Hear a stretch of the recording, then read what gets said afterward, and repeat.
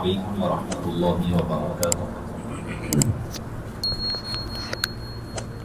الحمد لله رب العالمين، والصلاة والسلام على أشرف الأنبياء والمرسلين وعلى آله الطيبين الطاهرين وأصحابه الأكرمين الأفضلين وعلى من تبعهم وأحبهم أجمعين إلى يوم الدين. أما بعد، فأعوذ بالله من الشيطان الرجيم. بسم الله الرحمن الرحيم. يا أيها الذين آمنوا كتب عليكم الصيام كما كتب على الذين من قبلكم لعلكم تتقون. صدق الله العظيم وبلغنا وسندنا رسوله النبي الكريم، ونحن على ذلك لمن الشاهدين والشاكرين، والحمد لله رب العالمين. فقد قال الله تبارك وتعالى في شأن حبيبه الكريم: إن الله وملائكته يصلون على النبي يا أيها الذين آمنوا صلوا عليه وسلموا تسليما. اللهم صل وسلم وزد وبارك على حبيبك سيدنا ونبينا ومولانا محمد وعلى آله وصحبه وبارك وسلم. صلاة وسلاما عليك يا سيدي يا رسول الله صلی اللہ تعالی علیہ وسلم. معزز سامعین کرام، شفیق طلباء اور طالبات اور پردہ نشین سننے والی خواتین اور طالبات، بالخصوص آج کے اس ختم مبارک کے حفاظان کرام جنہوں نے قرآن کریم کی نماز تراویح میں مکمل طور پر تلاوت اور آپ حضرات نے سماعت کا شرف حاصل کیا ہے، یقیناً یہ اللہ تعالیٰ کا بہت بڑا احسان ہے، بہت بڑا کرم ہے، کیونکہ حدیث پاک میں ملتا ہے کہ جس مقام پر قرآن کریم کی تکمیل ہوتی ہے تو اللہ تعالیٰ فرشتوں کے ذریعے سے اس سارے علاقے کو اپنی سکینہ اور رحمت میں گھیر لیا کرتا ہے جہاں قرآن کا ختم ہوتا ہے. اور پھر فرمایا اگر کوئی بندہ مومن قرآن کریم پڑھنے، سیکھنے یا سمجھنے کے لیے سیکھتا ہے یا ایک آیت پڑھتا ہے تو اس کے گھر سے 10 گھر سیدھی جانب رائٹ سائڈ، 10 گھر لیفٹ سائڈ 10 گھر بیک سائڈ، 10 گھر فرنٹ سائڈ، یہ اللہ تعالیٰ اپنے عذاب کو ان 40 گھروں سے اٹھا لیا کرتا ہے. ایک آیت کا ثواب. اگر ایک آیت کہیں پر پڑھی جا رہی ہے تو اس کے بدلے میں اللہ عز و جل 40 گھروں سے عذاب دور کر دیتا ہے. تو آپ اندازہ لگائیے کہ یہاں پر 6666 آیتیں پڑھی بھی گئی، سنی بھی گئی. تو آپ اندازہ لگائیے اس کی، جب اطراف کے گھروں کا یہ عالم ہے 40 گھروں کا، تو جہاں پر خود پڑھا جا رہا ہے وہاں پر برکتوں کا عالم کیا ہوگا. تو یقیناً قرآن کریم سے رمضان کا خاص تعلق ہے. میں دونوں حافظوں کو مبارکباد پیش کرتا ہوں کہ اللہ تعالیٰ ان کے عمر اقبال میں اور ان کے حفظ میں پختگی عطا فرمائے اور جید عالم دین بنائے اور قرآن کریم پر عمل کرنے والا بنائے. اور ساتھ ہی ساتھ ہمارے داعیے تراویح کو بھی اور بانی مدرسہ حاضہ اور پھر حضرت ظہیر عثمان صاحب، حضرت جو بنیاد رکھے اسحاق صاحب، جی حضرت اسحاق صاحب نے جو مدرسے کی بنیاد رکھی ہے. یقین جانیے کہ انسان نا، آپ کو میں حقیقت میں کسی کی خوشامد کے لیے یا پھر کسی کو خوش کرنے کے لیے نہیں کہہ رہا ہوں، ایک حقیقی بات ہے. آپ خود دیکھیے، میں خود ہوں اس میں. آدمی 10 نیک کام کر لیتا ہے مگر جب پیسے سے خرچ کرنے کی بات آتی ہے نا، انسان کا دل آگے نہیں بڑھتا. آپ اگر میں جتنی خواتین ہیں یہاں پر، جتنے مرد حضرات ہیں، سبھی کو پوچھوں گا کہ اب بھئی شب قدر کی تلاش کرنا ہے آخری 5 راتوں میں. اگر آپ کو پوچھے بھئی آپ نے شب معراج میں، شب برات میں یا آنے والی شب قدر میں آپ حضرات جو ہے کیا کریں گے نیک کام، تو میں سمجھتا ہوں کہ 99% لوگ بولیں گے اور بولتے بھی ہیں. ہے بھی صحیح بات. قضائے عمری پڑھیں گے، 100 رکعت نمازیں پڑھیں گے، سورہ یاسین پڑھیں گے، سورہ ملک پڑھیں گے، سورہ رحمان پڑھیں گے، پڑھتے ہیں ٹھیک ہے. 100 رکعت نماز پڑھیں گے، نوافل پڑھیں گے، قرآن کی تلاوت کریں گے، ذکر و اذکار کریں گے، استغفار کریں گے، صلاۃ و تسبیح پڑھیں گے، تہجد پڑھیں گے. سب صحیح ہے، سب پڑھیں گے، پڑھنا چاہیے. عبادتوں کی رات ہے یہ، راتیں ایسے ہی راتیں نہیں ہیں. یہ طاق راتوں کا معاملہ ایسا ہے کہ ہر رمضان کی ہر رات شب برات سے افضل رات ہے. ہر رات پورے مہینے کی، یا آج کی رات ہو یا گزرے ہوئے راتیں ہوں، طاق راتوں کا تو معاملہ ہی الگ ہے. مگر آپ کبھی غور کریں، اس بات پر کہ بھئی شب قدر آج اگر ہے تو چلو ٹھیک ہے، میں جو ہے 10 غربا کو کھانا کھلا کر کے میں شب قدر کا اہتمام کروں گا، کسی کے گھر پہ اناج ڈلا کر کے میں شب قدر کا اہتمام کروں گا، کسی کی مدد کر کے کروں گا. یہ ذہن نہیں جاتا ہمارا. عبادت بولتے ہمارا کانسیپٹ نماز، روزہ، زکوٰۃ، حج یا یہی نوافل، قرآن کریم کی تلاوت، اس طرف ہی آ جایا کرتا ہے. کیونکہ اصل مسئلہ کیا ہے؟ قرآن حفاظ ہے، کئی بچیاں بھی ہوں گے مدرسے کے جو حفظ کیے ہوں گے یا کر رہے ہوں گے. تیسرے پارے میں اللہ عز و جل کیا فرماتا ہے؟ الشیطان یعیدکم الفقر ویأمرکم بالفحشاء. شیطان جو ہے فقر و فاقہ سے ڈرا کر آپ کو خرچ کرنے سے روک دیتا ہے. الشیطان یعیدکم الفقر، فقر و فاقہ ہوگا، بھئی خرچ کریں گے تو اپنے پاس کیا رہے گا؟ کل کو ضرورت کے وقت نہیں رہے گا پیسہ، کیوں خرچ کر رہے ہیں؟ مت خرچ کرو. شیطان روک دیتا ہے. وَيَأْمُرُكُمْ بِالْفَحْشَاءِ، فحش کاریوں کی گندی چیزوں کا حکم دیتا ہے. جبکہ اللہ کیا فرماتا ہے؟ وَاللَّهُ يَعِدُكُمْ مَغْفِرَةً وَفَضْلًا، اور اللہ تعالیٰ تم سے مغفرت کا اور فضل کا وعدہ فرماتا ہے. شیطان کے 2 وعدے ہیں، اللہ کے 2 وعدے. شیطان کے 2 وعدے ہیں، آپ کو خرچ کرنے نہیں دوں گا، بری چیزوں بری باتوں میں لگا دوں گا. اللہ عز و جل کا 2 وعدے ہیں، خرچ کرو اللہ بڑھائے گا، فضل کرے گا. برائی سے، گندی باتوں سے، گندی چیزوں سے بچو، تم پر میں رحمت کروں گا، برساؤں گا. اللہ کے یہ 2 وعدے، شیطان کے 2 وعدے. تو لہٰذا دین کے نام پر اللہ عز و جل کی رضا کے لیے خرچ کرنا یہ ہر ایک کے بس کی بات نہیں ہوتی. ہر ایک کے بس کی بات نہیں ہوتی. یہ اللہ تعالیٰ جن کو چن لیتا ہے وہی اللہ کی راہ میں خرچ کیا کرتے ہیں. تو میں حضرت اسحاق صاحب کے لیے دعا گو کہ اللہ تعالیٰ ان کی جو ہے کروٹ رحمت اور سکینہ نازل فرمائے اور بے حساب درجات بلند فرمائے. اللہ تعالیٰ ہمارے اویس صاحب ہے اور آپ کے بھائی صاحب اگر یہ حضرات اہتمام کرتے ہیں، یہ بڑی بات ہے. نیک کاموں کے لیے آگے بڑھنا یہ ایک مومن کی علامت ہے. وہ اس لیے کہہ رہا ہوں کیونکہ اب میں شاید میں سمجھتا ہوں کہ مدرسہ جب بہت پہلے کی بات ہے، غالباً 10-12 سال 15 سال ہو گئے ہیں، 10-12 سال ہو گئے ہیں، 10 سال 7 سال ہوئے. کیونکہ بابا حضرت جب بخیر حیات تھے اس وقت، جب افتتاح کے وقت پہلی مرتبہ جب آغاز ہوا تھا، ہمارے مولانا حافظ خلیل الرحمان صاحب بابا کو لے کر آئے تھے. تو مجھے اچھی طریقے سے یاد ہے اس وقت جب آئے تھے، تو جب سے تسلسل چل رہا ہے تو یہ کام کرنے کے ہے. بھئی انسان ہر ایک اپنے لیے جی لینا سب کے لیے آسان ہے، ہر کوئی اپنے لیے جی لیتا ہے. انسان بھی جیتے ہیں، چرند پرند بھی جیتے ہیں، بازاروں میں پھرنے والے جانور بھی جیتے ہیں.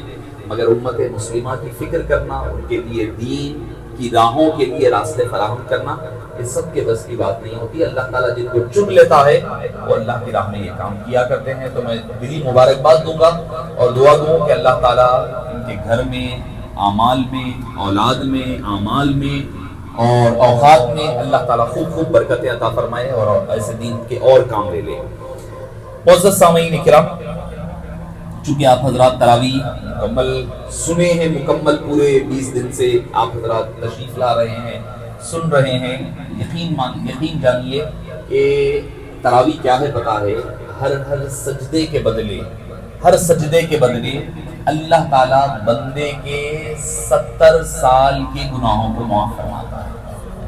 تراویح کے ہر سجدے کے بدلے بول رہا ہوں میں، ہر دن کے سجدے کتنے ہوں گے آپ خود دیکھیے، پھر پورے مکمل. اب اور ایک بات یہ ہے کہ جب تراویح 2 دہر مکمل ہوئی تو تراویح کا دور ختم ہوا ہے، نہ رمضان ختم ہوا ہے نہ تراویح ختم ہوئی ہے. تسلسل کو جاری رکھنا ہے. اپنے گھر میں ہو جیسے بھی جو سہولت ہے اس سہولت کے اعتبار سے آپ اپنی تراویحوں کو جاری و ساری رکھیں. دیکھیے رمضان کا مقصد کیا ہے، قرآن کریم کیا کہتا ہے؟ قرآن کہتا ہے کہ لعلکم تتقون، رمضان میں ہم نے تم پر روزے فرض کیوں کیے؟ تاکہ تم تقوی حاصل کرو، تم پرہیزگار بن جاؤ. یعنی جو نیک کام پہلے نہیں کرتے تھے وہ نیک کام کرنے والے بن جاؤ، جو گناہ کرتے تھے وہ گناہ چھوڑنے والے بن جاؤ.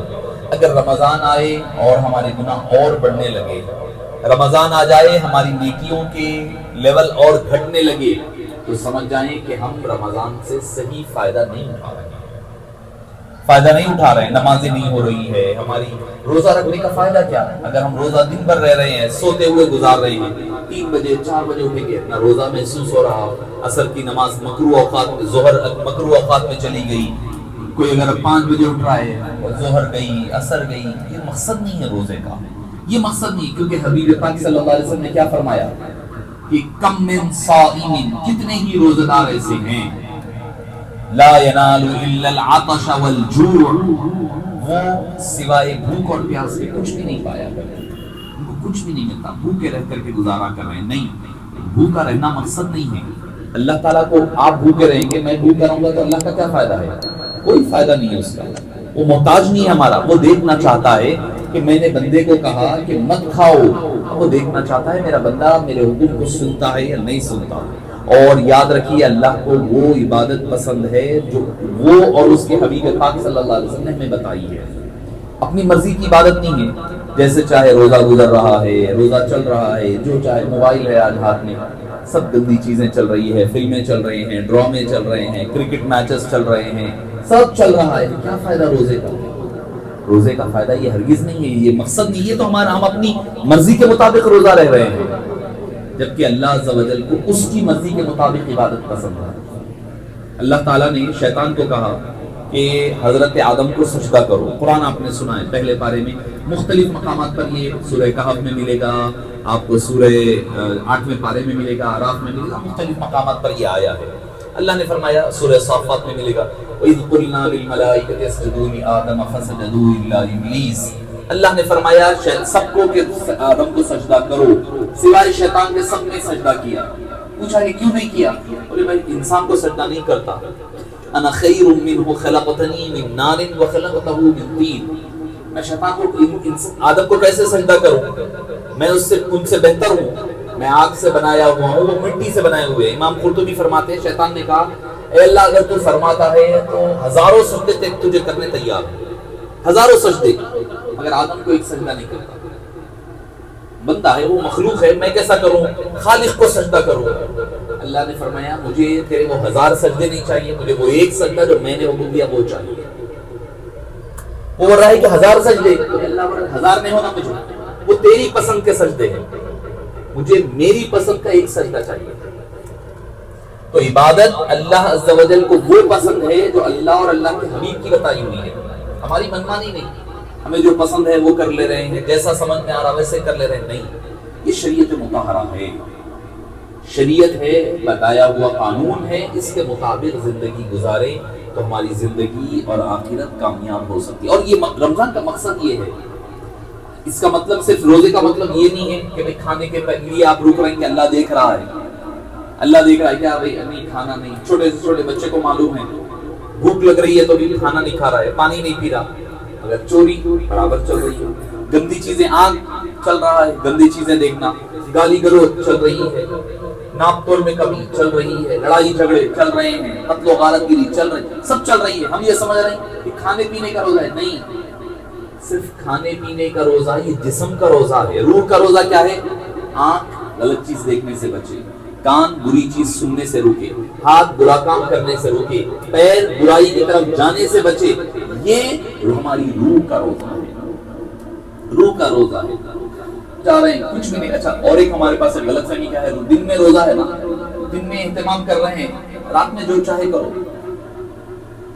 رات اپنی ہے، روزہ دن میں ہے نا، لڑائی جھگڑے کرنا ہے رات میں کریں گے، دن میں روزہ ہے، دن میں مکمل روزہ ہوگا تو مغرب کے بعد کریں گے، کہیں جانا ہے، شاپنگ کو جانا ہے، کہیں ایکسپوز کو جانا ہے، فلاں جانا ہے، مغرب عشاء کے بعد جائیں گے، مغرب کے بعد کریں گے جو کرنا ہے، سمجھ رہے ہیں کہ مغرب کے بعد۔ یاد رکھیے یہ دنوں کا دن بھی رمضان ہے، رات بھی رمضان ہے، اور علماء کرام فرماتے ہیں کہ رمضان کے دن سے افضل اس کی رات ہے، رمضان کے دن سے افضل اس کی رات ہے۔ آپ بولیں گے کیسے، دلیل کیا ہے؟ اللہ تعالیٰ نے شب قدر کو دن میں نہیں رکھا، رات میں رکھا ہے۔ شب قدر ساری راتوں سے افضل رات ہے نا، وہ اللہ نے رات میں رکھی ہے، دن میں نہیں رکھا ہے۔ تو دن میں جو چاہے ہم، نہیں دن میں نہیں، روزہ ہے، روزہ ہے، کچھ بھی نہیں، چوری کرنا ہے، لین دین کرنا ہے، نہیں رات میں کریں گے، دن میں روزہ ہے نا، رات میں نہیں، گالی دینے کو آئے نہیں دے رہے گالی، روک جانے کا ہوتا رات میں، مغرب کے بعد آپ بتاتا ہوں مزہ، گالی دینا ہے، لڑائی جھگڑے بعد میں نہیں، دن میں جیسا اہتمام ہوتا ہے اس کی راتوں کا دن سے زیادہ اہتمام کرنا چاہیے. اپنے اوقات کو ضائع نہ کریں, یہ غنیمت جانیں. کیا پتا پھر رمضان ملے یا نہ ملے, رمضان پتہ نہیں کہ آئندہ رمضان کون رہے گا کون نہیں رہے گا. امام حسن مجتبیٰ سے پوچھا گیا کہ ایک آدمی ہے, مطلب عورت آدمی سب ایک ہی ہے, ایک انسان ہے, اس کا معاملہ یہ ہے کہ وہ اللہ کی بندگی نہیں کرتا, وہ اللہ کے آگے سجدریز نہیں ہوتا, عبادتیں نہیں کرتا, مگر اللہ نے خوب نوازا ہوا ہے, سب کچھ ہے اس کے پاس. ہمارے پاس یہی دیکھتے ہیں ان کے پاس اتنا ہے, اس کے باوجود کچھ بھی نہیں پڑھ رہی, نماز نہیں, روزہ نہیں, کچھ نہیں, سب ہے. امام حسن نے فرمایا کہ اللہ تعالیٰ اس بندے کو اپنی بارگاہ میں آنے سے محروم رکھا ہے. اللہ تعالیٰ نہیں چاہتا کہ وہ آئے اور آ کر اس کے آگے سجدریز ہو, اسی لیے اس سجدے کی نعمت سے دور کر دیا. اس کے مانگنے سے پہلے اس کو دے دیا گیا, نہیں رہا تو انہیں آ کے مانگے گا. اللہ تعالیٰ اپنے دربار میں اس کی آواز سننا ہی نہیں چاہتا, اسی لیے اس کو اپنی رحمتوں سے دور کر دیا. تو مطلب یہ ہے کہ اللہ کے آگے سجدریز نیک کام کرنے کی توفیق نہ ملنا, یہ اللہ کا سب سے بڑا عذاب ہے ہم پر. کہ اللہ تعالیٰ نہیں چاہ رہا کہ وہ دربار میں آتا کون بھئی, آپ کو دعوت جب دی جاتی ہے, دعوت میں آپ جاتے, کب جاتے, جب آپ کو بلایا جائے. تو آپ کو دعوت دے گا تو ہی دعوت میں آئیں گے نا, بغیر دعوت کے تو آ کے. اور بلاتا کون, جو دعوت کرنے والا ہے, وہ جس کو جانتا, پہچانتا, محبت کرتا, اس کو بلاتا. اہل غیروں کو نہیں بلاتا, دشمنوں کو نہیں بلا لیتا کوئی دعوت میں. آپ بھی نہیں بلاتے, میں بھی نہیں بلاتا. اللہ تعالیٰ اگر اپنی عبادت بندگی کے لیے آپ کو دعوت دے رہا ہے, بلا رہا ہے, تو مطلب یہ اللہ آپ کو چاہتا ہے, اللہ چاہتا ہے آپ کو, تو تبھی توفیق دے رہا ہے کہ آپ اس کے آگے سجدریز ہوں. تو اللہ کا اس پر شکر ادا کریں کہ اللہ نے آپ کو عبادت کی توفیق دی ہے. اپنے ماحول کو, اپنے سماج کو پاک صاف رکھیں. لڑائی جھگڑے, گالی گلوچ, قتل و غارت گیری, نشہ, گندے کام سے, گندی چیزوں سے اپنے ماحول کو پراگندہ ہونے سے روکیں. خواتین ہیں, ان کی بڑی ذمہ داری ہے, ان کی بڑی ذمہ داری. ایسے ہی ان کے قدموں کے نیچے جنت نہیں رکھی گئی, ایسے ہی نہیں کہہ دیا کہ تمہارے قدموں کے نیچے جنت ہے. اس کے اولاد ماں ہونے کا جو حق ادا کرے اس کے لیے ہے یہ. ہر کوئی یہ سمجھ رہا ہوگا کہ نہیں میرے قدموں کے نیچے جنت ہے, نہیں. جب تک کہ آپ اس قابل نہ بنیں گے, اپنی اولاد کی صحیح تربیت نہیں کریں گے, آپ کے ہاتھ میں ہے آپ کی اولاد کو صحیح راہ پر لے جانا, آپ کے ہاتھ میں ہے. خواتین کے خاص طور پہ, مرد حضرات باہر جاتے آتے ہیں, وہ مرد حضرات مصروف ہوتے ہیں کاروبار وغیرہ میں, بچوں کا زیادہ وقت ماؤں کے ساتھ گزرتا ہے. اگر ماں پاک باز ہوگی, ماں نیکوکار ہوگی, تو یاد رکھیے کہ اولاد پھر حضور غوث اعظم دستگیر رضی اللہ عنہ, خواجہ اجمیری, بڑے بڑے جو اکابرین گزرے ہیں, ان کے ماؤں کی طرح وہ ماں بن سکتی ہے. وہ بھی تو کوئی خاتون تھی نا. حضرت شیخ عبد القادر الجیلانی, اتنی ان کی کرامات, اتنا مقام و مرتبہ بلند ذکر ہوتا ہے. کیوں ہوتا ہے؟ وہ کون تھے؟ ایک خاتون نے ان کی تربیت کی تھی, ایک خاتون نے کی تھی. جتنے بڑے اٹھا لے, خالد بن ولید ایک ماں کے بیٹے ہیں. جتنے بڑے بڑے حضرات گزرے ہیں, ان کی تربیت میں ان کی ماؤں کا اہم رول رہا ہے.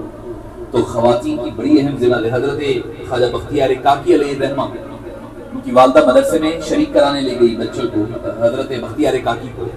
تو حضرت بختیار کاکی کو استاد پڑھانا چاہتے ہیں, وہ پڑھنے تیار نہیں. ماں, استاد پریشان ہو کر ماں سے پوچھے کہ بچہ آپ کا پڑھتا نہیں ہے, کیا کریں؟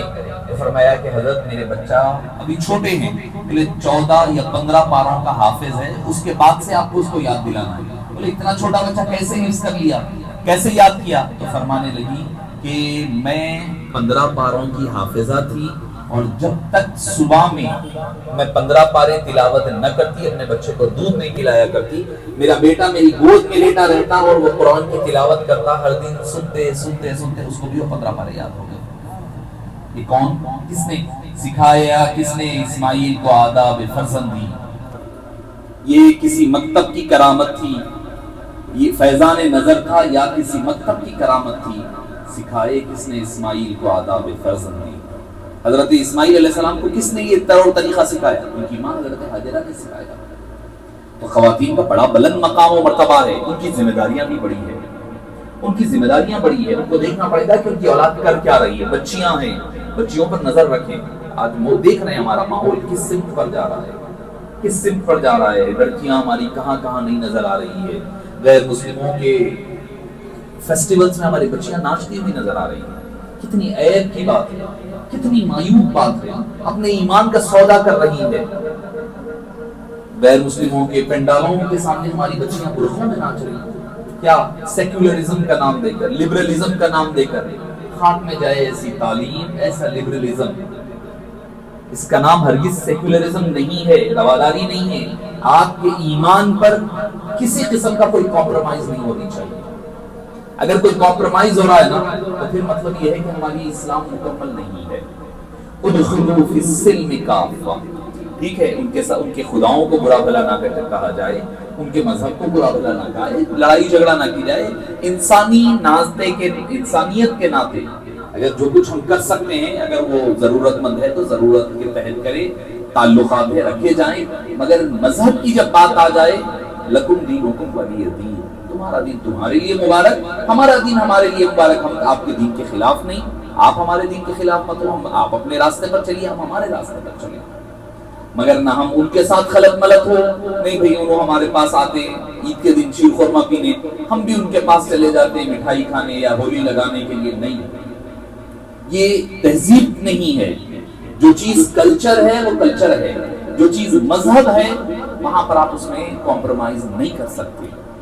ہماری بچیوں کو میں اسی لیے کہہ رہا ہوں کیونکہ ہمارے سامنے واقعات آ رہے ہیں، ایسے کئی واقعات آ رہے ہیں، لڑکیاں جو ہے دوسرے مذہب کے فیسٹیولز میں ڈانڈیا کھیل رہی ہے، فلاں کر رہی ہے، یہ تو سمجھے ان کے پاس اس کا کانسیپٹ کیا ہے، کوئی بھی ہو، چاہے پھر دوسری چیز تھیٹرز میں بچیاں نظر آ رہی ہے، شاپنگ مالوں میں شاپنگز کے نام پر، وہ پتہ نہیں مجھے یاد نہیں ہے، کوئی فیسٹیول چلا تھا حالیہ دنوں میں، ہماری نوجوان لڑکیاں ہیں برقع پوش ہے، کیونکہ کوئی چیز چھپی ہوئی نہیں ہے، آج کل سوشل میڈیا پر ہر چیز عیاں نظر آ رہی ہے، کالج میں قوالی کے نام پر، صوفیانہ قوالیوں کے نام پر نہ جانے کیا کیا رکھ کر کے، ویلنٹائنز ڈے کے دن صوفیانہ کلام ہوگا کرتے، صوفیانہ ڈانس ہوگا، آپ نے دیکھا ہوگا، کوئی چیز چھپی ہوئی نہیں ہے، جو جب بات برائی کھل کر آئی ہے تو کھل کر کے گفتگو ہونی چاہیے۔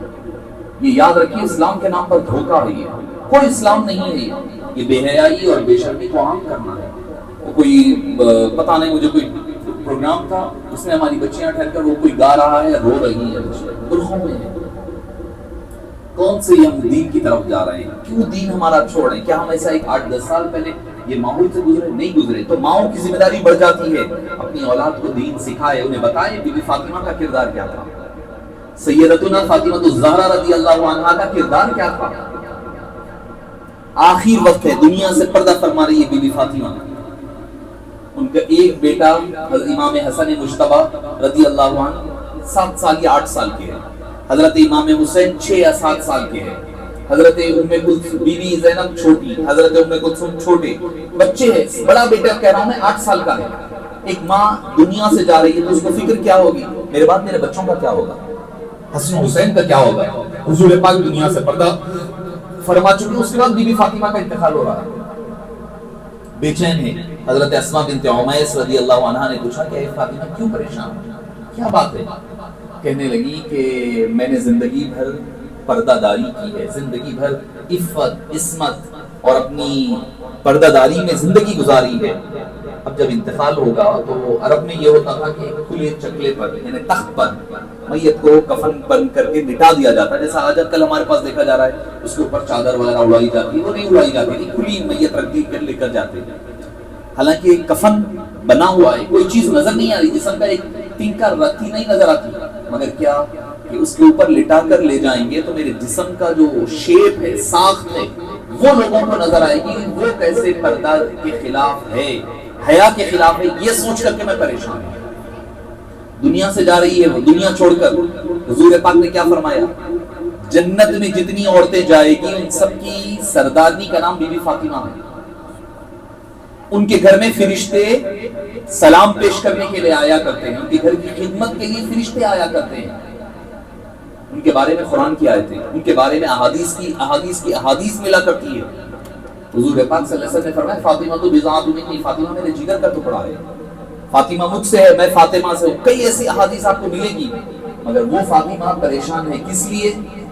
انتقال کے بعد، حالانکہ مکلف نہیں ہے آدمی، میں جب تک زندہ ہوں نماز پڑھنا ہے، ہر چیز کرنا ہے، اگر میرے مر جانے کے بعد اگر میرے بیٹے یا کوئی آل و اولاد میرے جنازے کے ساتھ کوئی غلط کام کرے تو وہ گناہگار ہوں گے، میں گناہگار نہیں ہوں گا، مگر بی بی فاطمہ کی فکر بعد کی چیزوں پر بھی ہے کہ میرے جسم کی ساخت نظر آئے گی، آج میری بہنیں اور بیٹیوں کو میں بہنوں کو ماؤں کو کہوں گا کہ بھئی ہم کیا اتنا چست و سست لباس نہیں پہن رہے ہیں جس سے اپنے جسم کے ساتھ برقعے ایسے پہنے جا رہے ہیں جسم نظر آ رہا ہے. حضرت بی بی فاطمہ پریشان ہے آخر وقت. بھئی آپ اپنی اولاد کو بچیوں کو بتائیں گے یہ کردار تو ان کو پتا چلے گا کہ بھئی اسلام میں عورت کا مقام کیا ہے, ان کو کرنا کیا ہے. حضرت اسماء نے کہا, بیوی حضرت ام ایمن نے کہا کہ ہمارے پاس حبشہ میں ایک طریقہ ہے, چاروں طرف سے لکڑیاں باندھ دی جاتی ہے, ایک چادر اوپر سے ڈال دی جاتی ہے, جو آج ہمارے پاس جو ٹرینڈ ہے طریقہ ہے ڈولے میں لے جانے کا, وہ طریقہ بتایا تو انہوں نے بڑی خوش ہو گئی, کہنے لگی ہاں یہ بہت اچھا ہے, میرا اسی طرح کرنا. اور خود نہا دھو کر کفن کپڑے پہن کر اپنے مقام پر لیٹ گئی. کہا کہ بھئی مجھے خالی کفن پہنا دینا, میں نے اپنا غسل لے لیا ہے, اب دوبارہ غسل کی حاجت نہیں. یہ ہے بی بی فاطمہ کا کردار. کب معلوم ہوگا؟ جب آپ ان کو بتائیں گے کہ بھئی یہ ایسے ہے, تب جا کر کے ان کو پتا چلے گا کہ بھئی اسلام کیا ہے. بی بی خدیجہ کا کردار بتانا پڑے گا, بی بی عائشہ کا کردار بتانا پڑے گا, ازواج مطہرات کا, صحابیات کا کردار, اسلام کے لیے انہوں نے کیا کیا.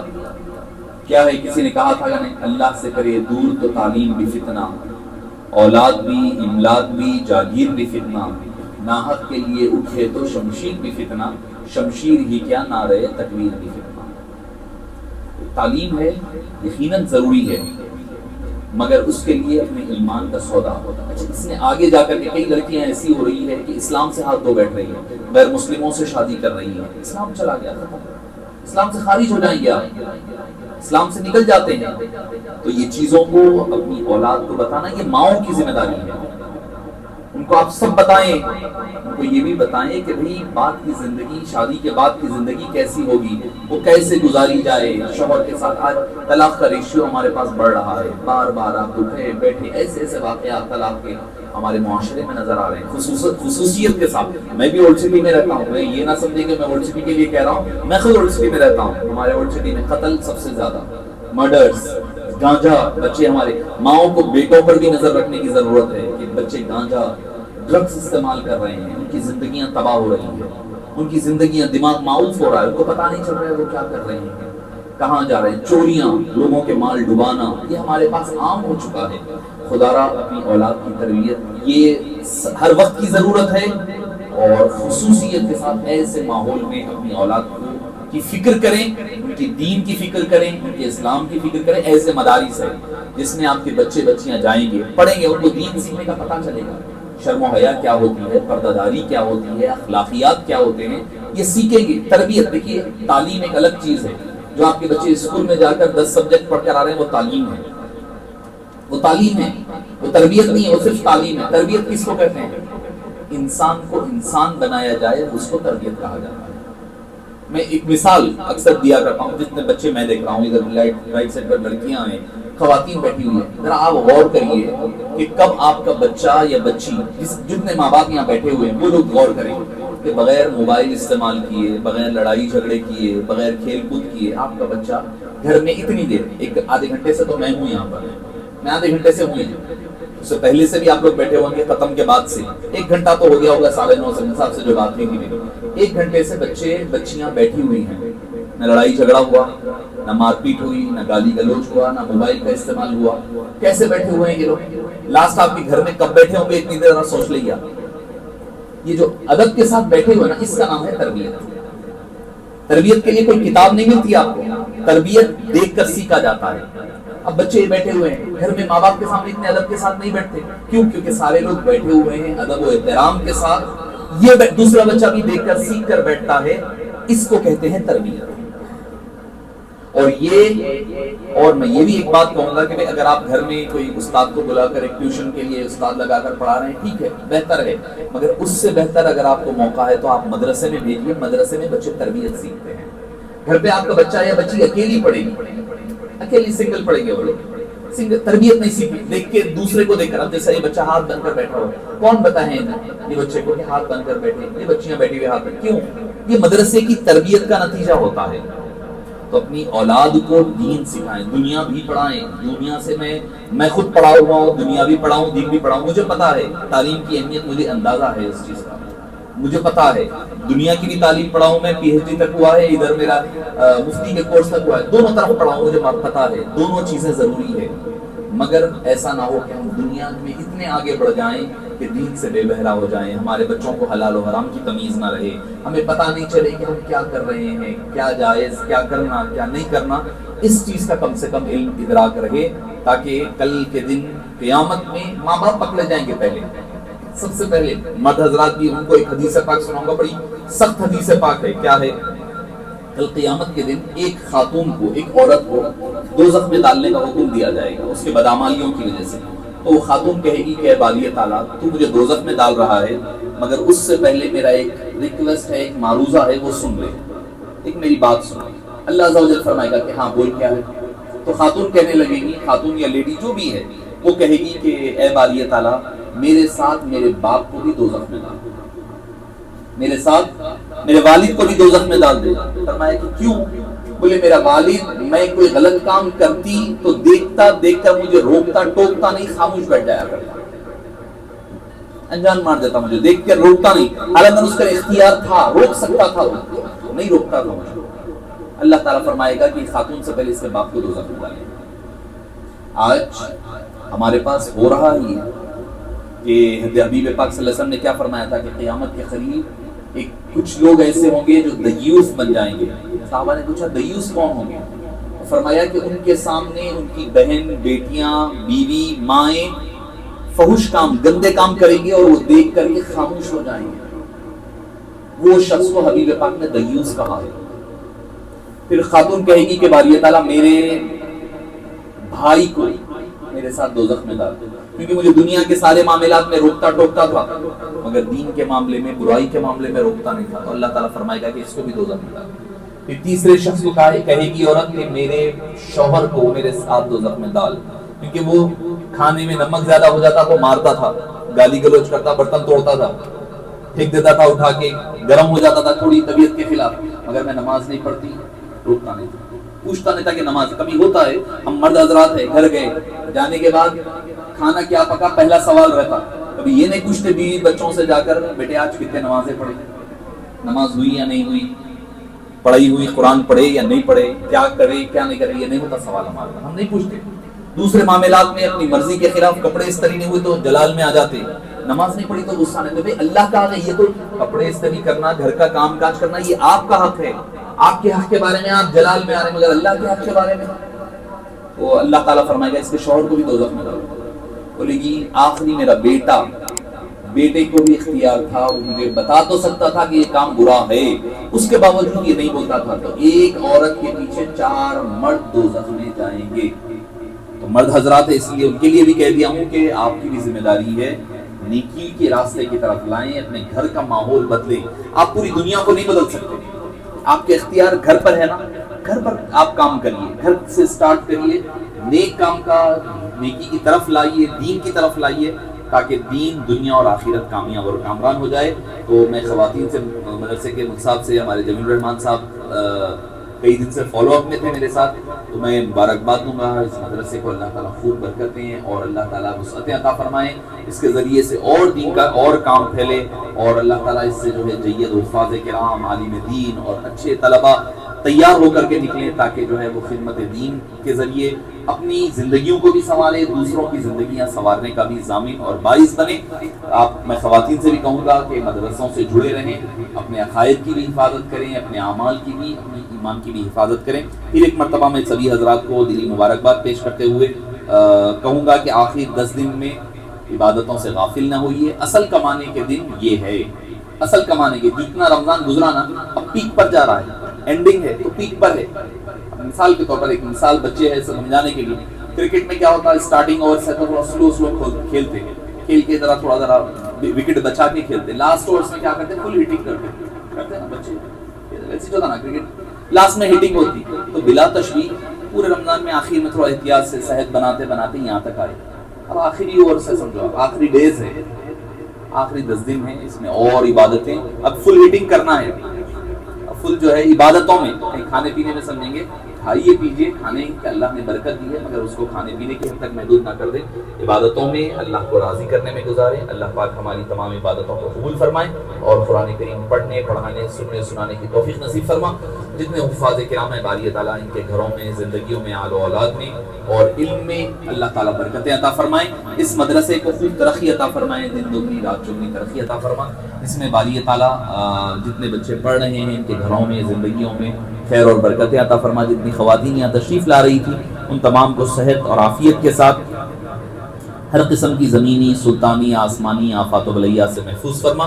اے باری تعالیٰ جتنے لڑکے اور لڑکیاں ناقد کدہ بیٹھے ہیں ان کے بہتر جوڑوں کے انتظامات فرما دے، جو قرض دار ہے ان کے قرضوں سے نجات عطا فرما، جو پریشان حال ہے ان کی پریشانیوں کو دور فرما، جو اے پاک پروردگار جو ظاہری اور باطنی اثر وہ شیاطین کے جنات کی وجہ سے پریشان حال ہے ان کی پریشانیوں کو دور فرما دے، اور جتنے قرض دار ہیں ان کے قرضوں سے نجات عطا فرما، جتنے کاروبار پیشہ حضرات ہیں ان کے کاروبار میں برکت عطا فرما، اور جتنے ملازمت پیشہ ہے ان کی ملازمتوں میں خیر اور عافیت عطا فرما، جو بے روزگار ہیں انہیں روزگار نصیب فرما، اور باری تعالیٰ ہم نے جو مانگا اسے بھی قبول فرما، جو مانگنے سے رہ گیا ہے اس کو اپنی برکتوں، اپنے رحم و کرم سے اپنے حبیب پاک صلی اللہ علیہ وسلم کے صدقے و توفیل قبول فرما، اور خصوصاً جناب وید صاحب کے باری تعالیٰ گھر میں، عمر میں، اعمال میں، کاروبار میں خوب برکتیں عطا فرما، ان سے اور دین کے کام لے لے۔